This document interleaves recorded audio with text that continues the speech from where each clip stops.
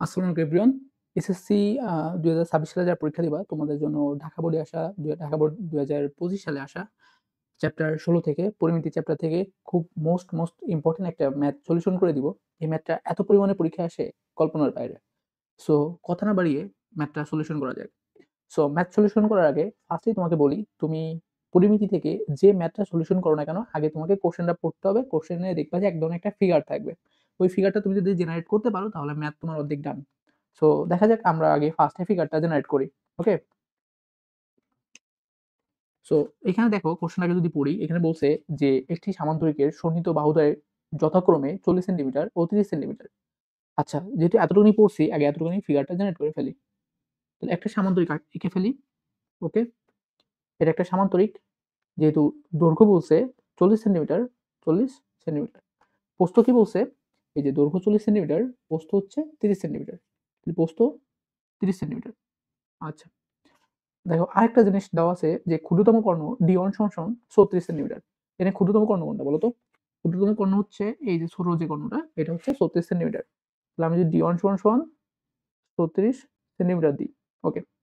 এখন দেখো আমি আবার যেহেতু এতটুকুনি পাইছি, আবার আচ্ছা, এখন তোমাকে কি বলছে? ওকে, কাট হবে। আচ্ছা, ক্ষুদ্রতম কর্ণ ৩৬ সেন্টিমিটার। এখন দেখো ক দাগে কি নির্ণয় করতে বলছে? এখানে বলছে যে একটি সুষম ষড়ভুজের প্রত্যেক বাহুর দৈর্ঘ্য ৫ সেন্টিমিটার হলে এর ক্ষেত্রফল কত? কি বলছে? সুষম ষড়ভুজের ক্ষেত্রফল কত? আচ্ছা, আগে দেখো সুষম ষড়ভুজের ক্ষেত্রফল তুমি কিভাবে নির্ণয় করতে পারো? ফার্স্টে ষড়ভুজটা আঁকি আমি। আমি যদি ষড়ভুজটা আঁকি, ধরো এমন থাকে ২ টা, ৩ টা, ৪ টা, ৫ টা, ৬ টা। ধরো এটা সুষম ষড়ভুজ। যদিও আমার হয় নাই। ওকে? এখানে কি বলছে? সুষম ষড়ভুজের প্রত্যেক বাহুর দৈর্ঘ্য ৫ সেন্টিমিটার হলে। তাহলে এটাও ৫, এটাও ৫, এটা ৫, এটাও ৫, এটাও ৫, এটাও ৫।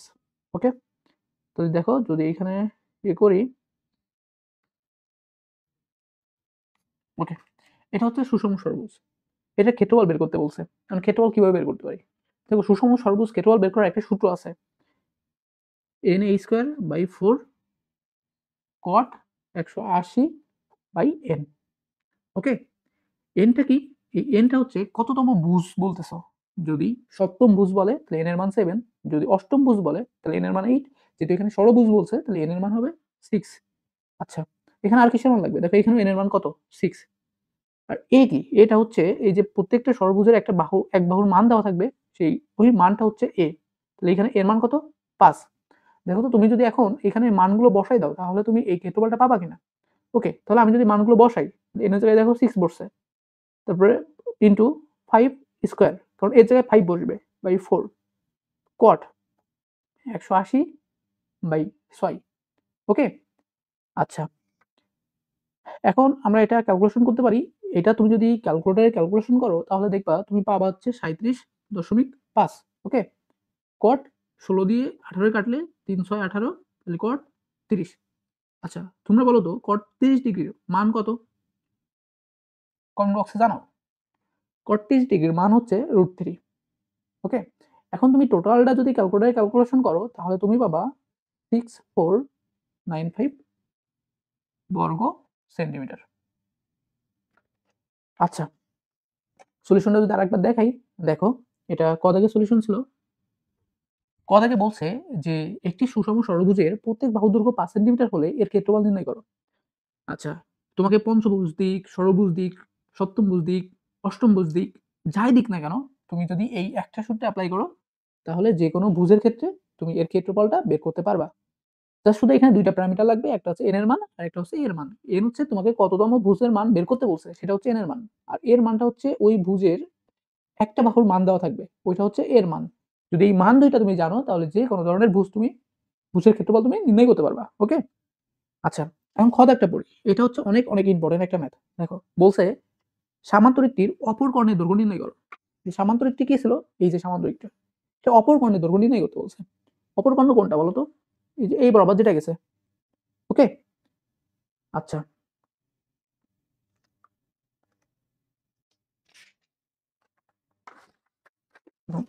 আমি হচ্ছে এটা নতুন একটা পেজে নিয়ে নিই।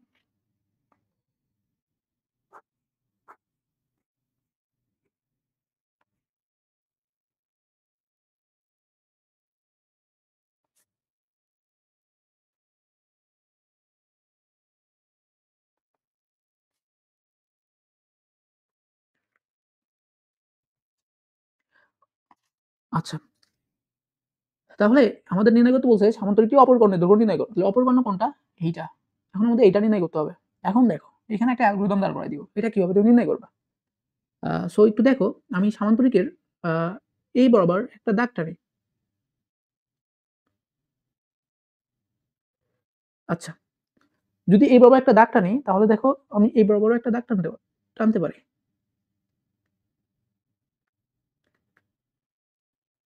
দেখো, বুঝছো কিনা? এখন তুমি যদি এইটা ঢেকে রাখো, তাহলে দেখো একটা আয়ত হয়ে যাচ্ছে। ওকে? আচ্ছা, এখন এই ম্যাথটা কিভাবে সলিউশন করতে পারি? ফার্স্ট এ দেখো, আমাদের যেটা করতে হবে, এইটার ক্ষেত্রফল নির্ণয় করতে হবে। এই যে এতটুকুনি অংশের ক্ষেত্রফল নির্ণয় করতে হবে। এখন দেখো, এতটুকুনি কি একটা ত্রিভুজ না? একটা ত্রিভুজ কিন্তু। তো ত্রিভুজের ক্ষেত্রফল দেখো আমরা বিভিন্ন উপায়ে নির্ণয় করতে পারি। বিভিন্ন ত্রিভুজের ক্ষেত্রে বিভিন্ন ত্রিভুজের ক্ষেত্রফলের সূত্র আছে। বাট এইখানে যে ত্রিভুজটা দেখতে পাচ্ছি, এই ত্রিভুজটা নির্ণয় করার জন্য ২ ভাবে নির্ণয় করতে পারি।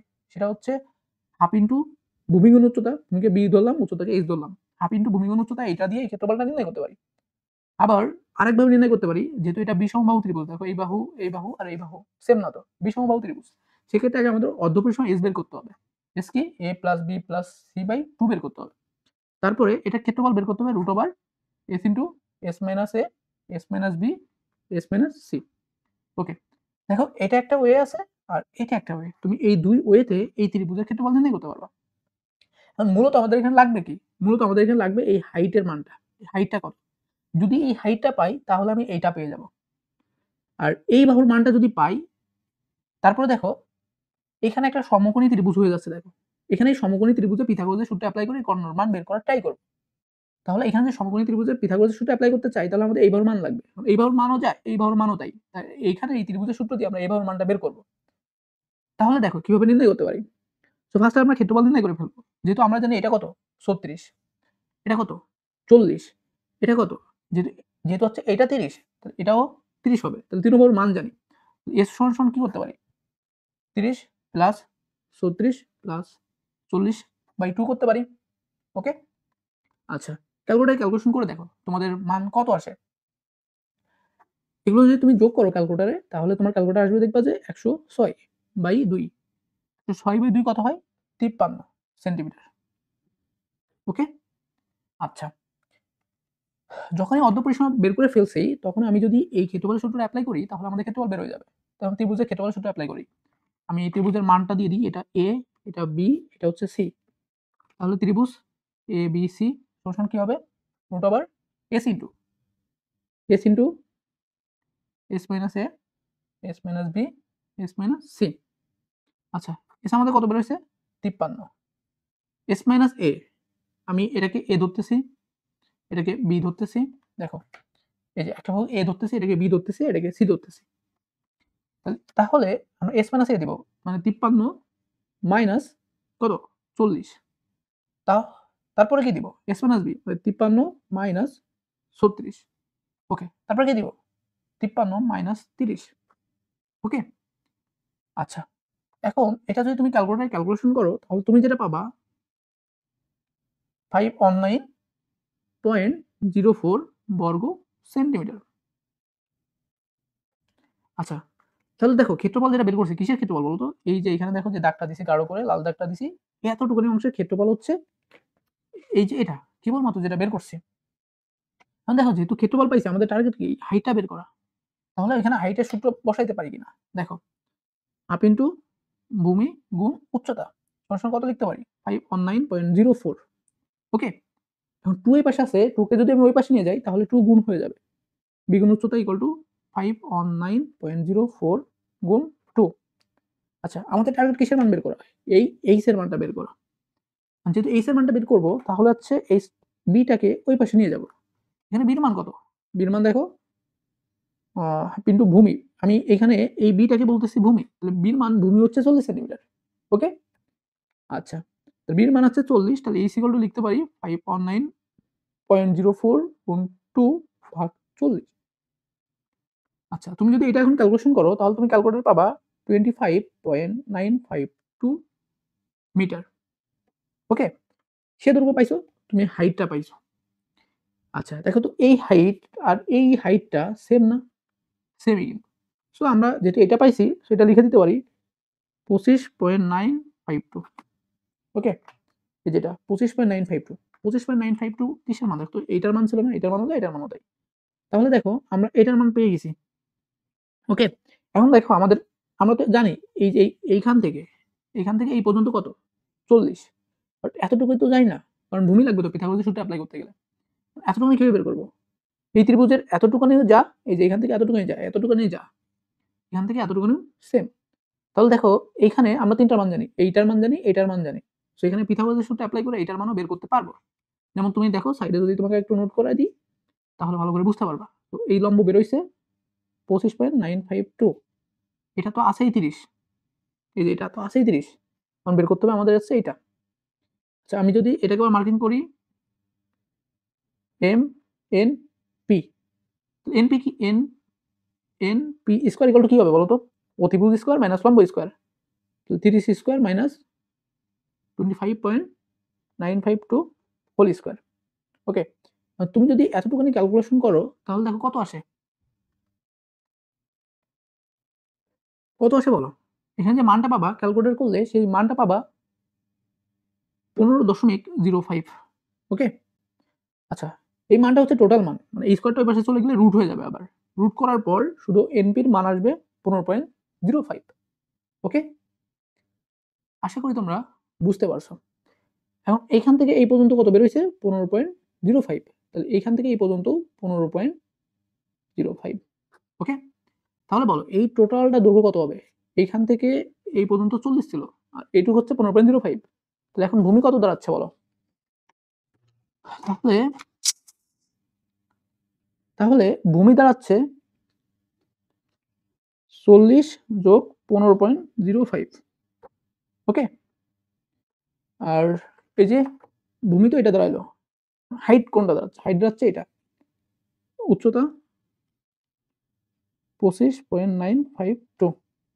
ওকে, এখন দেখো এই যে এইখান থেকে এই পর্যন্ত এটা একটা সমকোণী ত্রিভুজ, কারণ পিথাগোরাসের সূত্র অ্যাপ্লাই করো যেহেতু এটা অতিভুজ, তাহলে অতিভুজ স্কোয়ার ও এটাকে কি নাম দেওয়া যেতে পারে বলো? এটা বি ছিল, বি আর সিডি, তাহলে দেখো বিসি স্কোয়ার ইকুয়াল টু ভূমি স্কোয়ার প্লাস অতিভুজ স্কোয়ার, তাহলে 40 প্লাস 15.05 ভূমি স্কোয়ার প্লাস অতিভুজ স্কোয়ার। আচ্ছা এখন যদি এটা ক্যালকুলেশন করো, ক্যালকুলেশন করে যদি তুমি বির মানটা বের করো রুট করে দিয়ে, বিসির মানটা যদি বের করো তাহলে মান আসবে তোমার 60.861।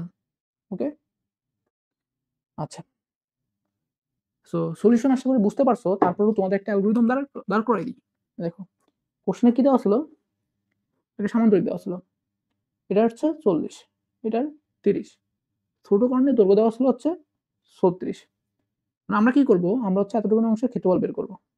কেন এতটুকু অংশের ক্ষেত্রফল বের করব? দেখো এটার মান জানি 30, কিন্তু এটার মান জানি, সেখানে একটা ত্রিভুজ হচ্ছে বিষমবাহু ত্রিভুজ, আর বিষমবাহু ত্রিভুজের ক্ষেত্রফল আমরা জানি কোনটা হবে, ত্রিভুজের ক্ষেত্রফল দিয়ে ক্ষেত্রফলটা বের করতে পারবো। যখন ক্ষেত্রফল বেরোবে তখন এই হাইটটাও নির্ণয় করতে পারবো। আমাদের মেন লাগবে এই হাইট, এই হাইটও যা এইখানকার এই হাইটও সেম জিনিস। তো দেখো এতটুকু যদি বাদ দাও তাহলে এটা কিন্তু একটা আয়ত হয়ে যাচ্ছে। আর ম্যাক্সিমাম এই ম্যাথে ট্রাই করবো যদি দেখবো যে পিথাগোরাসের সূত্র কোনোভাবে অ্যাপ্লাই করা যায় কিনা সমকোণী। তো যদি এই কর্ণের দৈর্ঘ্য নির্ণয় করতে বলে তাহলে দেখো এখানে একটা সমকোণী ত্রিভুজ হয়ে যাচ্ছে। যখনই সমকোণী ত্রিভুজ পাবো তখনই আমাদের মাথায় রাখতে হবে তাহলে ভূমি কোনটা হবে, লম্ব কোনটা হবে, অতিভুজ কোনটা হবে। আমরা শিওর এটা অতিভুজ হবে। আবার তাহলে ভূমির মান কিভাবে পাবো? এটার মান যা বেরোবে সেটা হচ্ছে হাইটের মান। ওকে, আর ভূমির মান কিভাবে পাবো? দেখো এখান থেকে এই পর্যন্ত ছিল 40, এতটুকুনিও যা, এতটুকুনিও তাই। সো এতটুকুনি আলাদা করে এই পিথাগোরাসের সূত্র দিয়ে বের করতে হবে। করার পর যেটা পাবা সেটা হচ্ছে এখানে ইউজ করতে হবে। করার পর যদি তুমি যোগ করে দাও, দিয়ে যদি ক্যালকুলেশন করো দেখবে তুমি অ্যান্সার পেয়ে গেছো। ওকে, আচ্ছা সো আশা করি বুঝতে পারছো। এখন দেখো এখানে কি বলছে, একটি রম্বসের পরিসীমা উদ্দীপকের সামান্তরিকের পরিসীমার সমান হলে, আচ্ছা এই জিনিস এইটুকু পর্যন্ত ডিনাইট করি। একটি রম্বসের পরিসীমা, রম্বস মানে কি? বর্গ বাট একটু বাঁকা, ধরে নিলাম এটা বর্গ বাট একটু বাঁকা। ওকে ওকে, রম্বসের ক্ষেত্রে দেখো সব সময় এই যে এখানে যে কোণগুলো হয় এই কোণগুলো হচ্ছে 90 ডিগ্রি। বুঝতে পারছো কিনা? এটা হচ্ছে 90 ডিগ্রি। আচ্ছা বলছে একটি রম্বসের পরিসীমা উদ্দীপকের সামান্তরিকের পরিসীমার সমান হলে, আচ্ছা সো সামান্তরিক এঁকে নিই। সামান্তরিকে কি ছিল? এটা 40, এটা হচ্ছে 30। সামান্তরিক পরিসীমা বের করো। পরিসীমা মানে কি? পাঁচিল। এই চারিপাশে যে বাউন্ডারি আছে সেটা পরিসীমা। যেখানে 40 আছে 30 আছে, তাহলে এখানেও 40 এখানেও 30। তো 4 আর 3 কত? 7। ৭০ ৭০ 140। এখানে পরিসীমা আসতেছে 140। বুঝতে পারছো? ওকে। তাহলে এটার পরিসীমা কত হবে? 140। আচ্ছা, যেহেতু এই রম্বসের 4 বাহু সেম, তাহলে আমি যদি 4 দ্বারা ভাগ করে দিই, তাহলে কি পাবো বলো তো? 1 বাহু দৈর্ঘ্য পাবো। ওকে? এখন 180 কে তুমি 4 দ্বারা ভাগ করো। করলে দেখো কত আসে?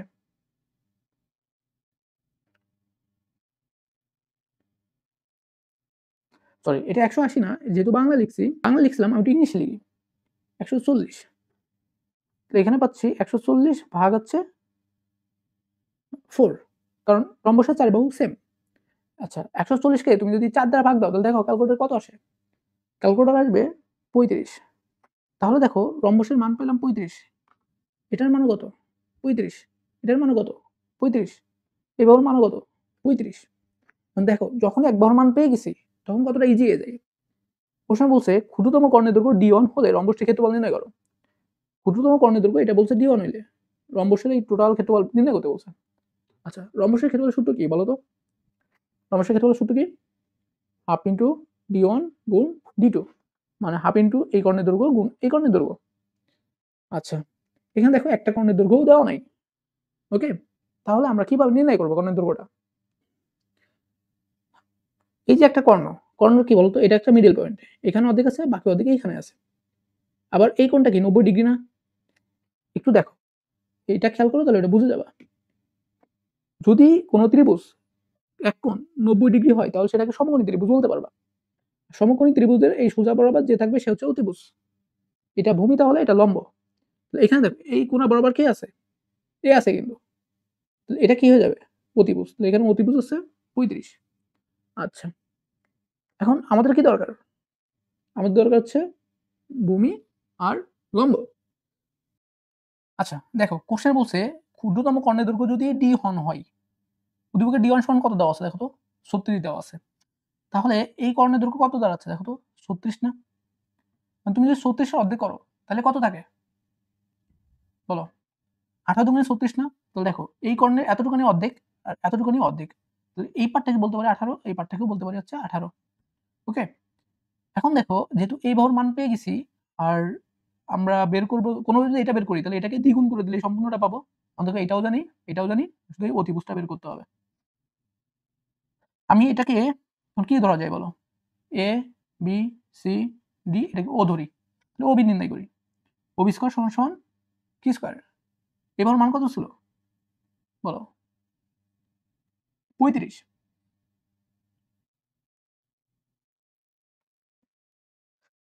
ও বি স্কয়ার সমান কি লিখতে পারি দেখো? এই বাহুর মানটা কত? 35। এই বাহুর মানটা কত? 18। 35 square plus 18 square. O B সমান সমান root over 35 square plus 18 square. Okay, যদি এখন ক্যালকুলেশন করো, তুমি হচ্ছে ও বির মান পেয়ে যাবা। ও বির মান পাবা হচ্ছে তুমি 30.016। তোমাকে তো ও বি বের করতে হবে না, অপর কর্ণ কি? এডি না? তোমাকে এডি বের করতে হবে। এডি বের করতে হলে কি করতে হবে? ও বির সাথে দ্বিগুণ করতে হবে। সরি, বিডি বের করতে হবে। বিডি সমান সমান 30.06 গুণ 2। ওকে, বিডি পেয়ে গেলাম।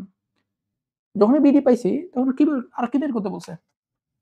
সমষ্টির কর্ণের দৈর্ঘ্য নির্ণয় করো। আচ্ছা, কর্ণের দৈর্ঘ্য না, কর্ণের ক্ষুদ্রতম কর্ণের দৈর্ঘ্য d1 হইলে রম্বসটির ক্ষেত্রফল নির্ণয় করতে বলছে। তাহলে এই রম্বসটির ক্ষেত্রফল নির্ণয় করতে হবে।